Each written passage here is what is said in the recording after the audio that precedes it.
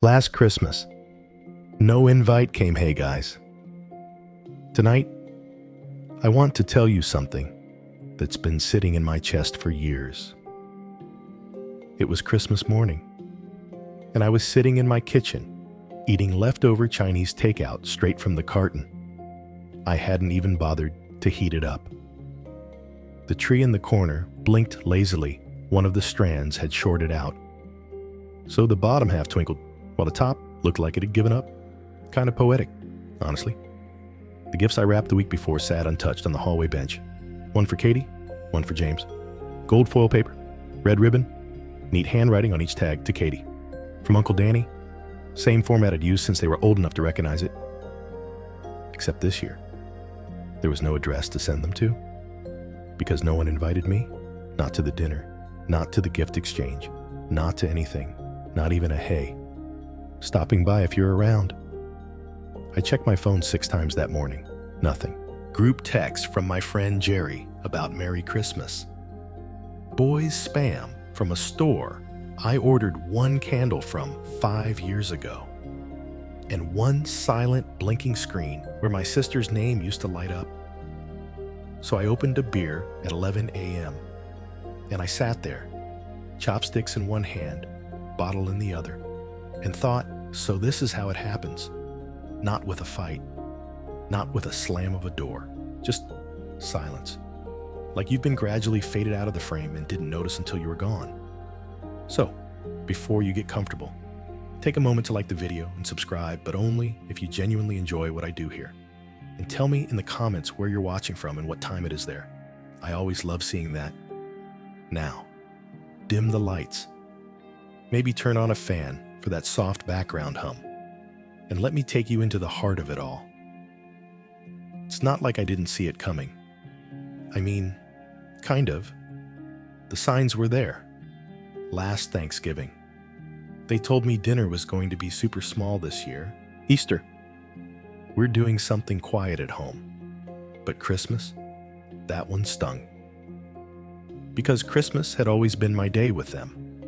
I was the guy who brought the ridiculous games, who showed up in elf hats, or inflatable suits, or that one year, dressed like a 6-foot snowman. James was 7 at the time. He screamed, cried, and then laughed so hard he peed his pants. It became tradition. I was always the guy who showed up just after breakfast, arms full of weirdly wrapped gifts. I never asked for a list. I just spent all year looking for things that felt like them. A lamp shaped like a mushroom, a sweatshirt with a sloth doing karate, a puzzle with every type of cheese ever created, Katie once told me when she was 10. You always get me gifts I didn't even know I wanted. I lived for that.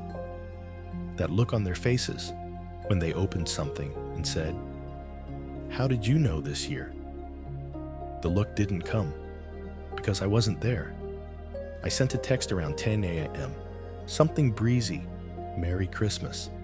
Hope the kiddos love their gifts. I knew I hadn't mailed anything, but I was trying to pretend, still play my role. No response. At 2 p.m., I sent another. Let me know if you need a hand with anything today around if you want company. Still nothing. By 5 p.m., I stopped checking. I sat in the living room with the lights off except for the tree. The silence felt heavy, like the kind that fills your ears and presses on your chest. And I thought I must have done something. I mean, people don't just vanish their relatives without a reason, right? But the more I thought about it, the harder it was to land on a single moment. It wasn't one mistake. It was all the little ones, the flippant jokes, the forgotten birthdays, the last-minute cancellations, and all the times I was there, but not really there. I used to think I was the favorite, but maybe I was just the fun one. And when the fun stopped being useful, I stopped being invited. I wish I could say I was angry, but mostly, I just felt dumb, sitting there with 2 wrapped gifts and no one to give them to. At one point, I thought about driving over anyway, just showing up. I imagined myself knocking on the door, Katie squealing, James grinning. But I also imagined my sister's face, That tight, polite smile that doesn't reach the eyes. And I couldn't do it. So I sat back down, took another bite of cold lo mein, and reached over to switch off the bottom half of the tree. It flickered once before going dark. I used to be the favorite. Back when Katie was 4, she had this thing where she'd yell, "Uncle Danny," every time I came through the door like I was a rock star walking on stage. No hesitation, no polite hi, just full-body excitement, running straight into me. Sometimes so hard she'd nearly knock herself over, and I'd catch her every time. James was a little slower to warm up, more of a thinker, even as a toddler. But once he trusted you, you were in permanently. He'd crawl onto my lap with his blankie and hand me a book like, "You read, I'll judge." And I did. I read The Very Hungry Caterpillar in bad accents. I did dramatic pauses in Goodnight Moon. I even made up a version of Where the Wild Things Are, where the wild things threw dance parties and Max started a podcast. Katie laughed so hard she snorted milk once. I remember that like it was yesterday. I wasn't just the fun uncle. I was the uncle. I was the one who let them eat cereal at midnight when they slept over. The one who taught them how to roast marshmallows with a lighter, okay? Not my best idea. The one who made a cardboard spaceship in my apartment living room and insisted we only speak Martian for the rest of the evening. It was my role in the family, and I wore it like a superhero cape. I wasn't married, still not. No kids of my own. My job's always been a bit all over the place, freelance video editor, a few stints in radio. That one year I tried making a podcast about conspiracy theories in breakfast cereal. Mascots don't ask. But being Uncle Danny, that was steady. That was real. I think I started leaning on that a little too much. Family events, I'd show up late, carrying Nerf guns or a weird dessert, and get the kids all wound up right before bedtime. My sister, Claire, would give me the look, that classic big sister eye roll, but she always laughed. Too. Or she used to, looking back. I think there were signs even then. The laughter got quieter. The jokes landed with less bounce. I told myself everyone was just tired. Kids get older, families settle. But the truth is, I kept showing up like the fun never had to evolve. Like the same jokes would always work. Like the same energy was enough. I remember this one day, maybe 3 years ago now, Katie was around 10. I brought over this insane DIY slime kit. The kind that comes with glitter and fake eyeballs and goo packets that look a little too much like toothpaste. I thought she'd lose her mind. She opened the box, smiled politely, and said, "Thanks, Uncle Danny." Then she put it on the counter and went back to texting someone on her iPad. I stood there, holding a packet of neon green slime, the activator like it was a piece of evidence. James didn't even look up. He was deep into a video game. Didn't even register that I'd walked in. And I remember thinking, oh, it's changing. But I didn't know what to do with that. So I made a dumb joke about how slime kits should come with hazard pay and pretended not to feel the sting. It's weird, right? To feel jealous of a phone, of homework, of whatever invisible friend they're chatting with online. But that's what it was. This creeping sense that I was becoming background noise.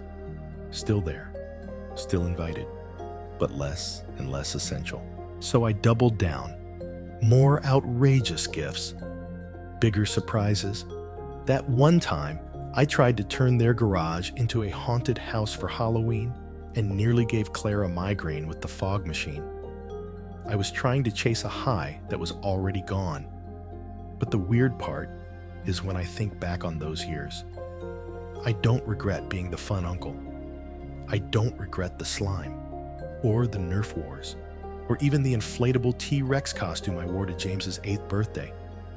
What I regret is not noticing when I should have shifted, when I should have started asking about their lives instead of just entertaining them, when I should have learned what music Katie liked, or what games James was into, when I should have made the transition from wildcard to anchor. Instead, I stayed the same while they grew up. And the distance, once invisible, started stretching into something I could finally see. 1 year. I called Katie to wish her happy birthday. Left a voicemail, like always. She didn't call back. 2 days later, Claire texted, "Thanks for the message. She's been busy with school stuff." And I said, "No worries," with a thumbs up emoji I didn't mean. But that night, I stared at the wall and thought she didn't even want to say hi. It wasn't malice. It wasn't anger. It was just disinterest. That's the worst kind of loss, isn't it? When someone doesn't stop loving you, they just stop thinking of you. And I knew, deep down, I couldn't clown my way out of that. When my sister started pulling away, it didn't start with a fight. There was no screaming match, no broken dishes, no, "You're not welcome here." Just little gaps. At first, they looked like scheduling conflicts. Then they started looking a lot like boundaries. I remember the first time I really felt it. Katie had a recital, some school choir thing. The kind of event where parents hold up phones and pretend not to cry. And kids try to pretend they don't love the applause. I asked Claire what time it was, thinking I'd surprise them. She said, "Oh, it's probably going to be really crowded and long," which wasn't a no, but it wasn't a yes either. She followed it with, "Don't feel like you have to come." And I heard it for what it was. We'd rather you didn't. I stayed home, ordered pizza, watched a documentary about penguins doing battle for nesting rocks. Which fun fact felt oddly familiar. That was the beginning of the drift. It wasn't that Claire was cold. She was just cooler, less quick to laugh at my jokes, less forgiving when I'd cancel plans or show up half an hour late with some excuse about traffic or a weird client call. And I get it, she has structure.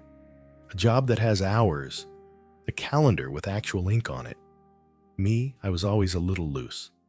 I used to tell her I was living by jazz, improvised, chaotic, soulful.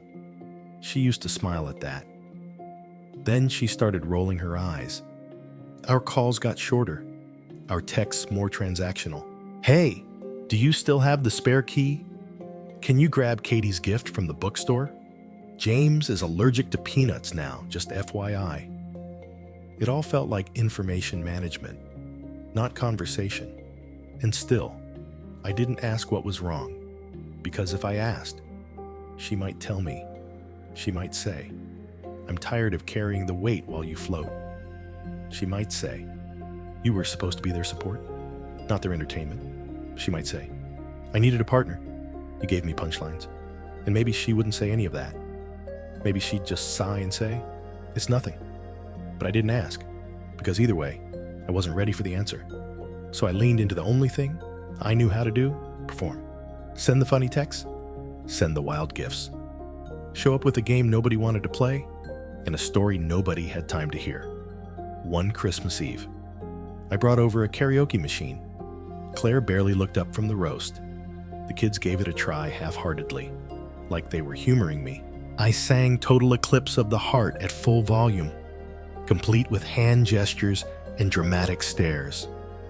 No one laughed. James said, "Can you turn it down?" And Katie kept scrolling on her phone. Claire cleared her throat and said, "Maybe later." Okay, I sat down, sweaty and smiling too wide, like someone who just bombed an open mic and was pretending it went fine. That was the night I started to wonder if they were done pretending. The thing is, when you've been the comic relief for so long, it's hard to show up serious, hard to say, "Hey, I don't know how to connect with you anymore, and I think I'm scared of it." So you just keep doing what worked, long after it stops working. I remember this one night. Claire called me, not a text, a call, and I was in the middle of editing a video for this weird client who wanted an inspirational montage of office chairs. I saw her name on the screen. Thought, I'll call her back after. And then I didn't. Totally forgot. When I remembered 2 days later, I called. Straight to voicemail. I texted, "Hey, what's up?" She replied, "It's fine. I figured it out." That one hurt more than I expected, because it meant she'd stopped relying on me, stopped expecting me to pick up, stopped viewing me as someone who could be counted on. And here's the part I hate admitting. She was right. There were birthdays I forgot, recitals I missed, a few Christmas gifts I promised and never sent, not out of cruelty, just out of drift. And now the drift was coming for me, and not loud, not dramatic, just that slow, cold current pulling me out to sea while I kept waving from the shore. I still remember the sound of that unreturned call, a soft ringtone echoing in the room like a test I failed. And somewhere, without a single blow-up or breakdown, my sister decided I can't count on him. That realization lands heavier than any fight. Because you don't know how far you've fallen behind until the people ahead stop waiting for you to catch up. The birthday I showed up uninvited. It was Katie's 13th. Big year. Teenager status. Whole new world of sarcasm and hormones and glittery lip gloss. I didn't get an invite, but I figured that was a mistake. We don't do formal invites in the family anyway. Right. I mean, it's me. Uncle Danny, I show up. That's the deal. So I made this gift box, one of those DIY things I saw on Pinterest at 3 a.m. Had little compartments with notes for open when you're sad, open when you're bored, open when you're nervous about high school. Each one had something inside. A lip balm, a dumb drawing I did, an old bracelet of her mom's I found in a box at my place, even a mini Polaroid camera. I thought it was sweet, personal, maybe even meaningful. I drove 2 hours that morning, hit traffic, spilled coffee on my jeans, and had to stop at a rest area to dab it out with napkins and a bottle of Sprite. By the time I got to Claire's house, the balloons were already up. The driveway was full. There were kids in the yard, music pumping from a Bluetooth speaker, and someone was grilling. It looked great. Felt like I was walking into a party that forgot I was supposed to be there.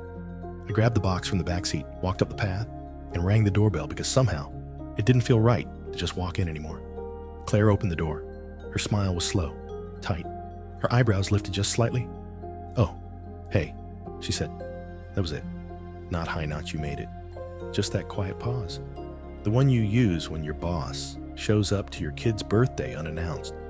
I held up the gift box like it was a backstage pass. Brought a thing. For the new teen. She stepped aside. Let me in. No hug. No real welcome. Just allowance. The house smelled like cupcakes and barbecue sauce. There were streamers, teens in matching t-shirts. Some party theme. I didn't understand. Glitter unicorns and zombies. I don't know. Katie was in the kitchen, surrounded by friends. I waited until there was a lull, walked over, and handed her the box. "Hey, birthday girl." She smiled, kind of, took the box, said, "Thanks, Uncle Danny." Her tone wasn't cold, exactly, just distracted, like she was already moving on in her mind. And that's when I noticed none of the other adults were surprised to see me, because I wasn't in the loop at all. I was just there. I stood in the living room for a while, holding a paper plate of chips I didn't want, smiling at strangers. The kids didn't run to me. No one asked about the latest weird thing I was working on. No one said, "What game did you bring?" I was background noise, a misplaced prop. At one point, Claire pulled me aside. She looked tired, not angry, just worn down. "I wish you'd called," she said. "I didn't think I had to." She didn't say anything for a beat. Just looked at me like I was a puzzle she no longer had the patience to solve. Then she said, "It's not that we don't want you around. It's just, this isn't the kind of party for surprises." And I nodded, pretended I understood, pretended it wasn't the most polite gut punch I'd ever received. I left about an hour later. Told everyone I had a work thing. No one protested. No one asked me to stay. On the drive home, I kept glancing at the empty passenger seat like it owed me a better version of the day. I replayed her tone over and over in my head. "It's not that we don't want you around." Which, of course, Means we don't want you around right now. That night, I didn't eat dinner. Just sat on the couch and watched reruns of a show Katie used to love when she was 6. She used to act out the theme song every time. Full choreography, always out of sync, always perfect. And I sat there, watching cartoon characters I didn't care about, trying not to feel like the box I gave her was a letter to someone who had already stopped reading. I still don't know if she ever opened it. Maybe she did. Maybe it meant something. Maybe it didn't. But I never got a thank you, not even a text. And I haven't been to another one of their birthdays since. A joke that didn't land. Thanksgiving was the last time I tried to make the room laugh. You have to understand, joking was how I contributed. Claire did the turkey. Her husband, Brad, managed the wine and sat stiffly in his sweater vest like he was waiting for a committee to approve the mashed potatoes. I brought jokes. It was the year I made a centerpiece out of plastic dinosaur figurines, had them holding tiny flags that said things like, "Gobble me" and "Team Yams." I stuck a miniature pilgrim hat on a stegosaurus. Thought it was hilarious. Katie used to love dinosaurs. I walked in, arms full of wine and props, and announced, "Your favorite uncle has arrived to ruin tradition and your appetite." Claire barely looked up from the stove. "Shoes off, please. Floors just got cleaned." Okay, fair, but the tone. I toe-kicked my sneakers into the corner and tried again. Held up a little T-Rex with glitter glue on his claws. See, he's festive. And violent, like real Family James. Now 15 and permanently attached to his AirPods. Glanced up briefly and nodded once. Katie was in the living room on her phone. Brad gave me the smile people give when a waiter makes a joke you don't want to encourage. Dinner was quiet, polite, polished, and somewhere between the stuffing and the green bean casserole. I reached for my usual seat and noticed a little name card in front of it. A new tradition. Everyone had one. Except me. No card. No seat saved. Claire looked over and said, "Oh, I think we added a few people last minute. Could you grab one of the folding chairs from the garage?" And I said, "Sure." With the kind of smile that makes your cheekbones hurt. I ate dinner from a folding chair that squeaked every time I shifted my weight, which was often, because no one talked to me directly. Not really. They talked around me. Updates about school, comments about traffic, side conversations I wasn't part of. And I thought, okay, time to save this? So I said, "So what are we all grateful for? Besides this overachieving turkey and Brad's annual Cabernet Flex silence?" Then Claire said, "Danny, that's all. Just my name. Soft. Low. But the kind of soft that carries heat underneath." I raised my hands. Kidding. Just trying to lighten the and Brad, of all people, cut in with. Maybe not tonight. Man, I felt it. That drop in temperature. That invisible circle closing just a little tighter without me in it. I said, "Sure, okay." And focused very seriously on my cranberry sauce, like it held the answers to all of life's mistakes. The rest of dinner was fine. The food was good. Of course it was. Claire's always been better than me at making things work. But something in me unraveled with every chew. After dessert, pumpkin pie that no one asked me to help slice, I took my folding chair outside, sat on the back porch, looking out over the dark yard, the edge of the woods where we used to play hide and seek with the kids. Claire came out a few minutes later. She didn't sit, just leaned on the doorframe with her arms crossed. "You don't have to do the bit. Danny," she said. "We're not kids anymore." I looked up. "It's not a bit. It's just me." She sighed. Not annoyed. Sad. Maybe. Doesn't always land like it used to. I nodded. Didn't say anything. Then she added, "They're older. It's different now. They need something different." And I wanted to ask, what do they need? But I didn't. Because I already knew. They needed someone who showed up on time, who asked about their classes, who remembered what sports James played and what college Katie was touring. They didn't need a guy with dinosaur centerpieces. I left before coffee. Did the awkward wave from the door. Nobody protested. Claire hugged me. Brief, stiff. She whispered, "Thanks for coming." And I said, of course, I wouldn't miss it. But part of me knew I might never be invited again. And the joke that didn't land, it's still in my chest somewhere, like a balloon that never popped, just slowly deflated. They say I never grew up. It was a few months after that Thanksgiving when I finally asked Claire, really asked what was going on. I caught her on the phone one evening, called under the guise of asking about a video project her company needed help with, which of course didn't exist.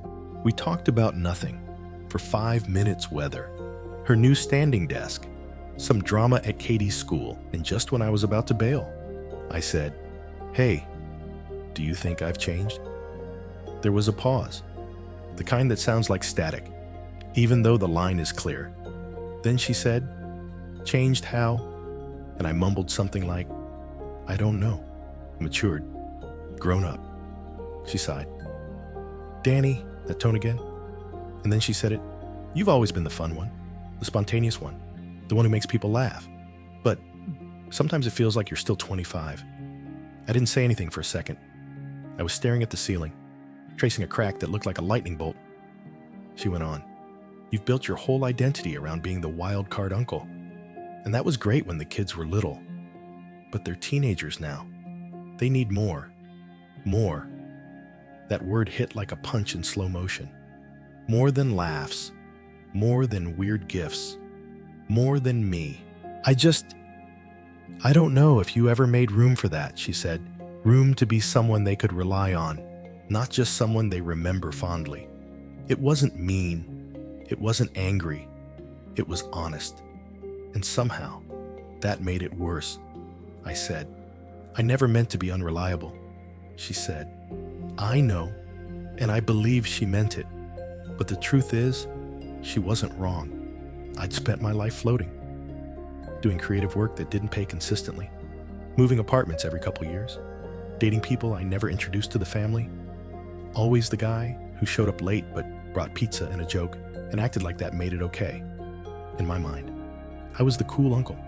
In reality, I was the other adult in their lives, and I hadn't acted like one. After that call, I sat in my apartment, surrounded by leftover props from video shoots and old birthday cards and a rubber chicken someone gave me as a gag gift last year. And for the first time, it all looked small, immature, not quirky, not charming, just unfinished. I started noticing it everywhere. The clothes I wore graphic tees with puns no one understood.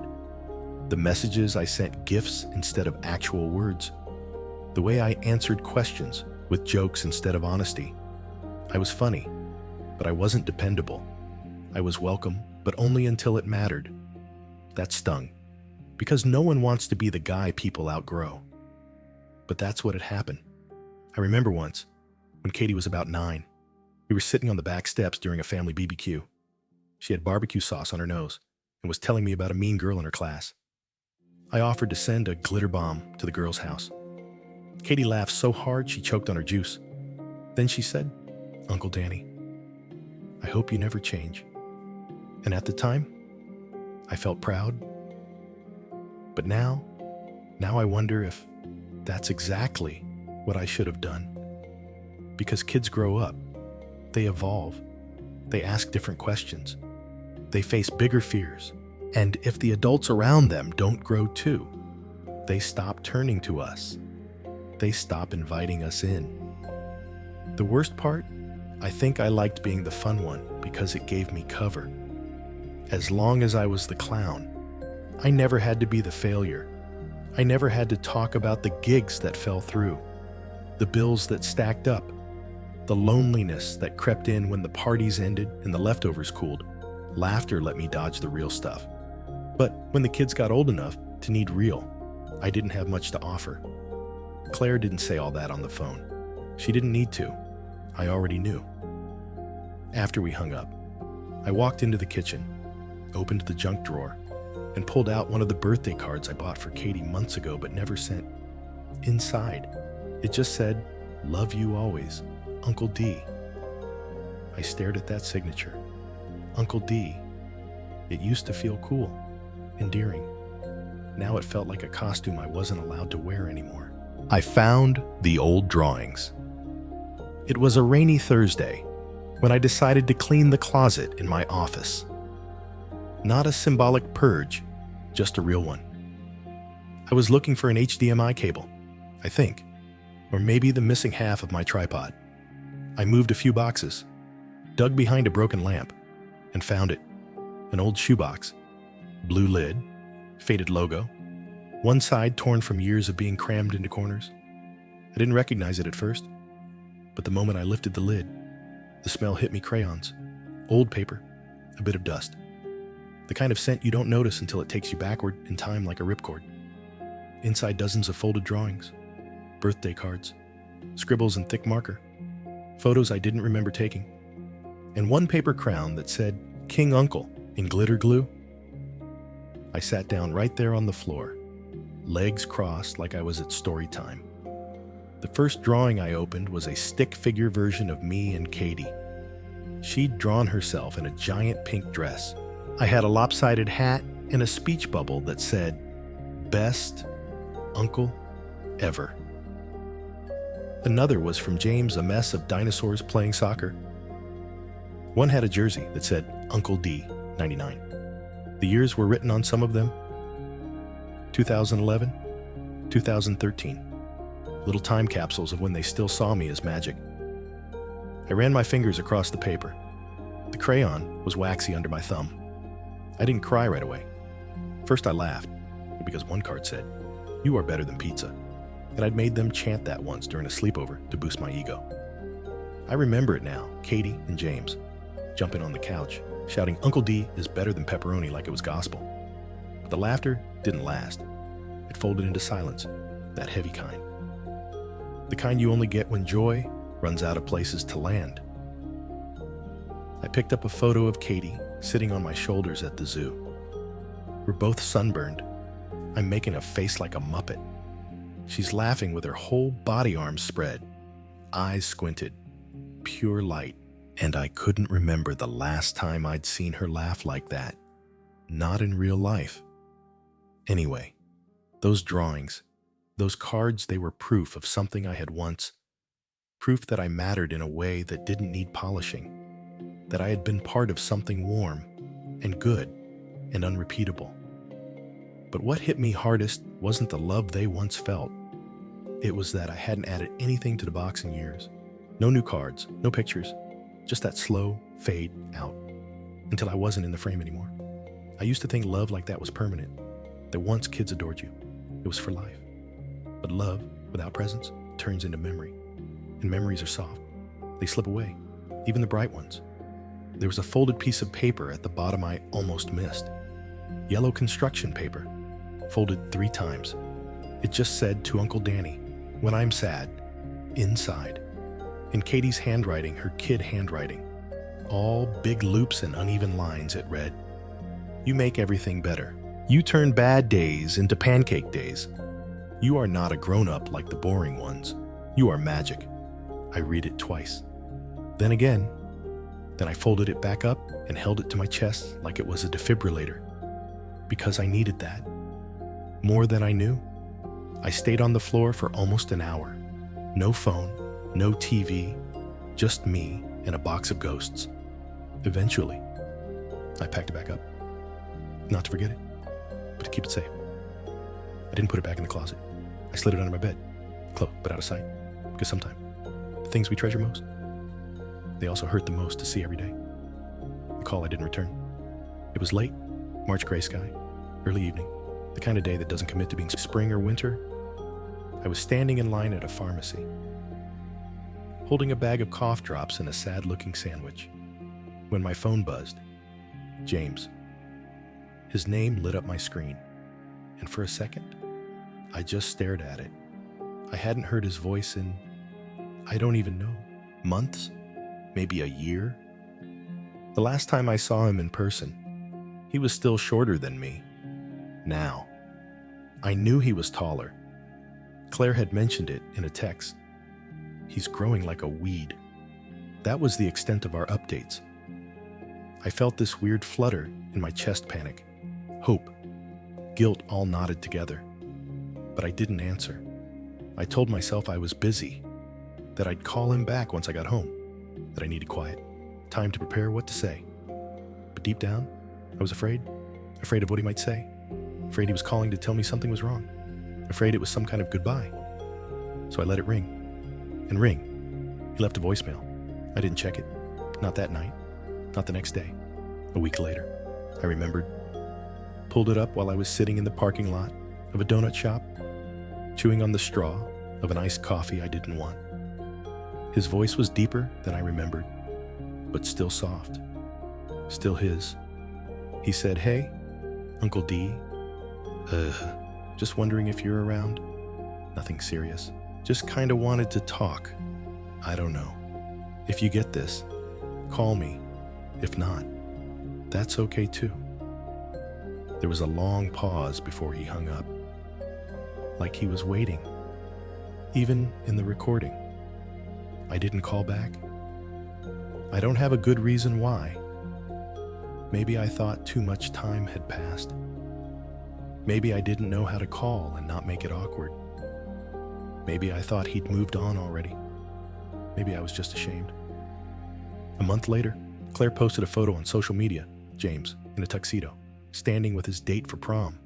He looked older, confident, like a stranger with my nephew's eyes. I stared at that photo until my phone dimmed. I missed it. I missed the moment where he wanted to connect. And it wasn't even a big moment. It was just a call, a tiny lifeline tossed my way, and I let it sink. That night, I pulled up an old video of James's 8th birthday. I'd filmed it on my phone. He's wearing a paper crown.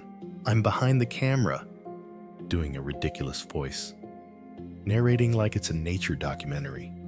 He's cracking up.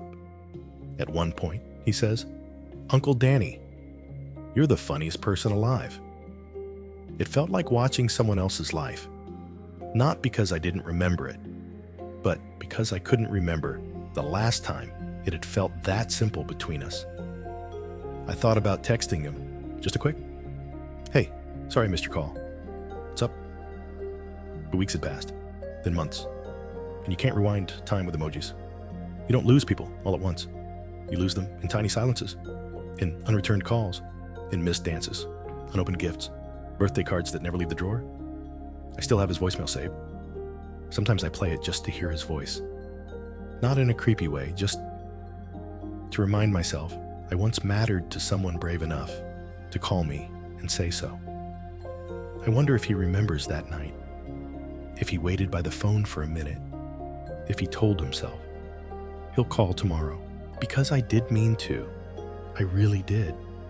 But intention doesn't count the same as showing up. And I didn't. And I hate that. More than I've said out loud until now.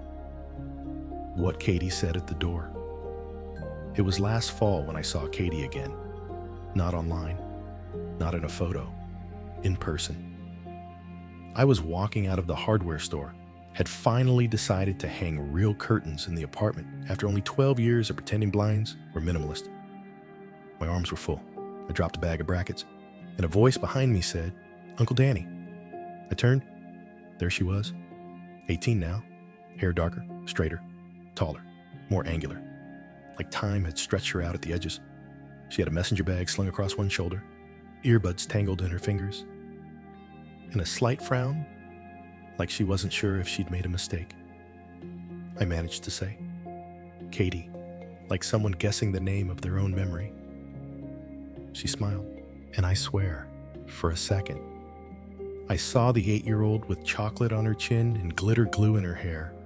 We hugged, quick, polite, awkward. We stood near the sliding glass doors while people squeezed around us. The air smelled like mulch and old metal shelves. She told me she'd just come back from a campus tour, some university upstate. Pre-med, maybe? I nodded like I already knew. Like I hadn't pieced that together from Facebook clues and one blurry screenshot Claire sent me by mistake. I told her I was doing okay, still freelancing, still figuring things out. She didn't flinch. She just said, "Cool," like she meant it, or wanted to. Then she looked down at her shoes, white sneakers with purple Sharpie scribbles on the toes, and said, "I tried calling you once for help with a project." My throat tightened. I wanted to say, "When I never got that," but I knew better. Instead, I said, "I'm sorry I missed it." She shrugged. "It's okay. I figured you were busy." I almost laughed. Not because it was funny, because it was devastating. Busy. That's the excuse we give people. We don't want to admit we forgot. I opened my mouth, closed it again, tried to find something honest, and landed on I haven't been good at staying close. That's on me. She gave a half smile. "You were always good when you were there." That sentence has lived in my chest ever since, like a marble. Heavy, smooth, small enough to carry but impossible to ignore. I asked if she still drew. She said not really, just anatomy sketches for class. Nothing fun, she joked. Then she asked if I still made dumb videos. I laughed, less than I used to. I guess people got tired of T-Rex impressions and glitter tutorials. She smirked. I don't think anyone gets tired of glitter. Maybe just grows out of it. We stood there for another minute. Two grown-ups trying to fold back into something that doesn't quite fit anymore.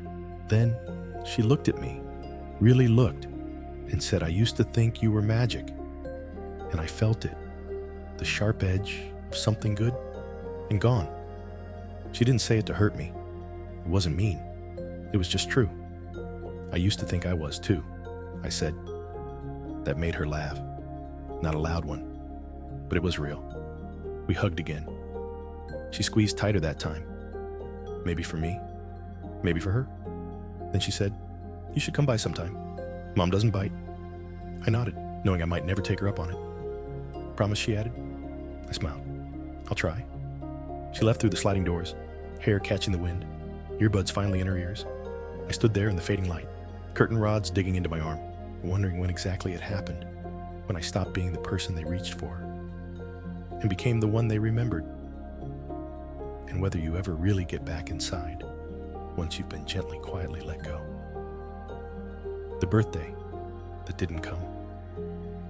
Katie's birthday was last week, 20 years old. I knew the date. I had it circled on my wall calendar and flagged in my phone. I even bought a card bright yellow with a dancing avocado on it. Inside, I wrote, "No matter how old you get, you'll always be the kid who called me her magician." I didn't send it. I kept it on my desk, propped up like it was waiting for permission. I told myself I'd drop by the house, surprise her, bring that ridiculous confetti popper I'd been saving in my closet, maybe even try one of those homemade cupcakes again, let them fall apart in the oven like always. But I didn't. I spent that day in my apartment, the card unopened, the confetti popper still taped shut. I made pancakes. For myself, no chocolate chips, no sprinkles, just plain. And I sat at the kitchen table, eating in silence. No kids yelling, no dogs barking, just me and the faint ticking of the wall clock, like it was daring me to acknowledge the passage of time. I did text her, just 2 words, "Happy birthday." No emojis, no exclamation marks. She wrote back, "Thanks, Uncle D." That was it. And maybe that's the most I deserve right now. A polite thanks, a digital wave, the memory of who I was, not the presence of who I should have been. I won't lie, it hurts. Not in a big, dramatic way, not like in the movies. It's more like a dull ache behind your ribs, the kind you forget about until you roll the wrong way in bed, and then it's just there, pressing. I kept thinking I'd have time to fix it, time to reconnect, time to show up. But time doesn't show up. You do, or you don't. And too often, I didn't. I've started putting reminders on my calendar now, not for appointments, but for people. Call James. Check in with Claire. Mail the damn birthday card. I know it's not magic. It won't turn me back into the version of Uncle Danny they once drew in marker with a cape and googly eyes. But maybe it's a start. Maybe being an adult, finally, at 48, is about choosing to show up, even when it's awkward, even when you've already missed the easy part. I taped the avocado card to the fridge. A reminder, a small kind of penance. Katie's 21st is coming next year. And this time, if I have to walk across the city in the rain to deliver a cupcake and a bad joke, I'll do it. Because I miss her laugh. I miss being magic. And even if the cape doesn't fit like it used to, I think it's still in me somewhere. I just have to earn it back.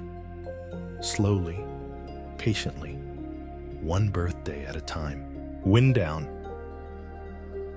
So here I am now, sitting in the same chair I've always used to write these stories no one ever hears me say aloud. The room is dark, lit only by the glow of my laptop screen and the soft flicker of the old lamp that hums faintly when it's tired, kind of like me. There's a photo of Katie on the shelf above me, taped to the wall at an angle, taken at a water park when she was 7. Her grin is all teeth. She's wearing a towel like a cape. I must have taken that one. I can't remember now. What I do remember is how warm her hand felt when she grabbed mine that day. Just a little girl who thought her uncle could save the world. And for a while, maybe I could, these days.